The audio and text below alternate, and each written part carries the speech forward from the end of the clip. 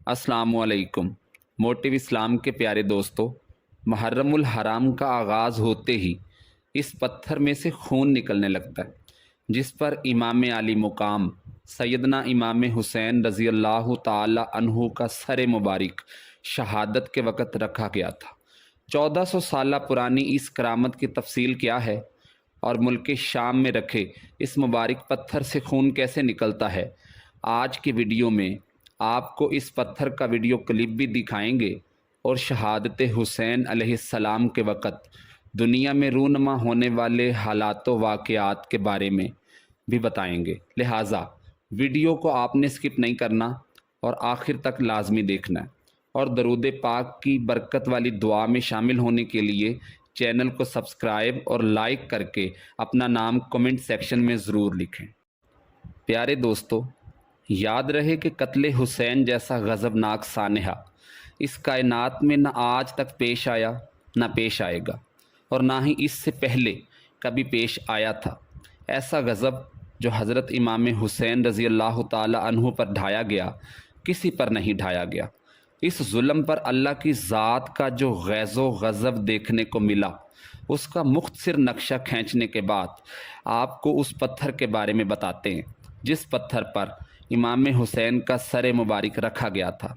याद रहे कि सामने आए करबला के बाद बहुत से ऐसे अजीब वाक़यात रूनुमा हुए जिनके बारे में अकाबरीन की मुस्तनद रवायात मिलती हैं।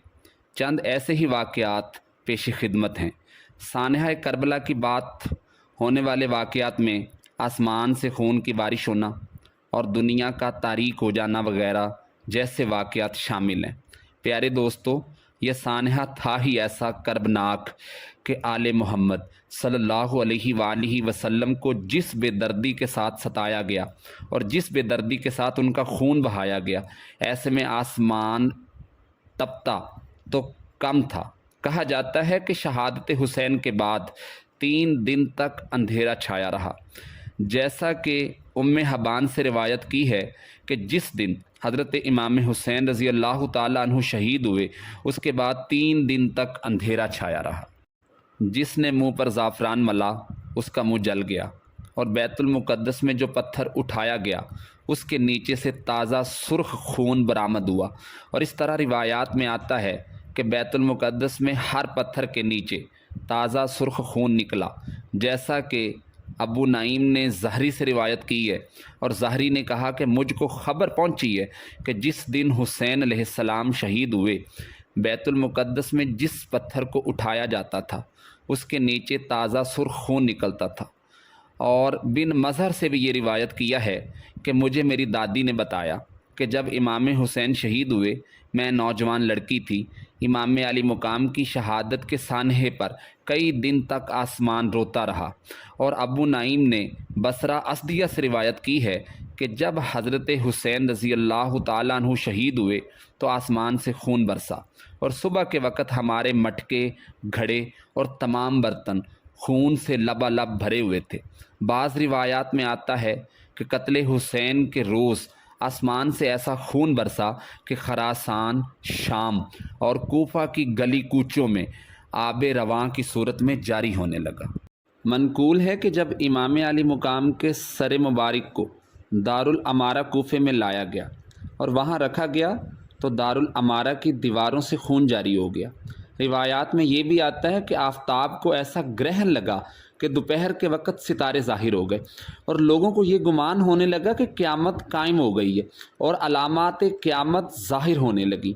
दोस्तों, अगर ये आसमान के मुतल्लिक़ मुतअद्दिद रिवायात मनकूल हैं, चुनाचा इब्ने जोज़ी रहमतुल्लाहि ताला अलैह ने इब्ने सीज़ैन रहमतुल्लाह अलैह से रिवायत किया है कि कत्ले हुसैन के दिन से 3 रोज़ तक दुनिया तारीक रही।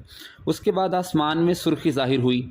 सालमी रहमतुल्लाह अलैह से मनकूल है कि कत्ले हुसैन पर आसमान रोया, और आसमान का रोना उसकी सुर्खी है। मनकूल है आसमान 6 महीने तक सुर्ख रहा। और इब्ने सिरीन रहमतुल्लाह अलैह कहते हैं कि आसमान के किनारे पर जो सुर्खी शफ़क़ है, ये कत्ले हुसैन के वाक़ये के बाद ज़ाहिर हुई।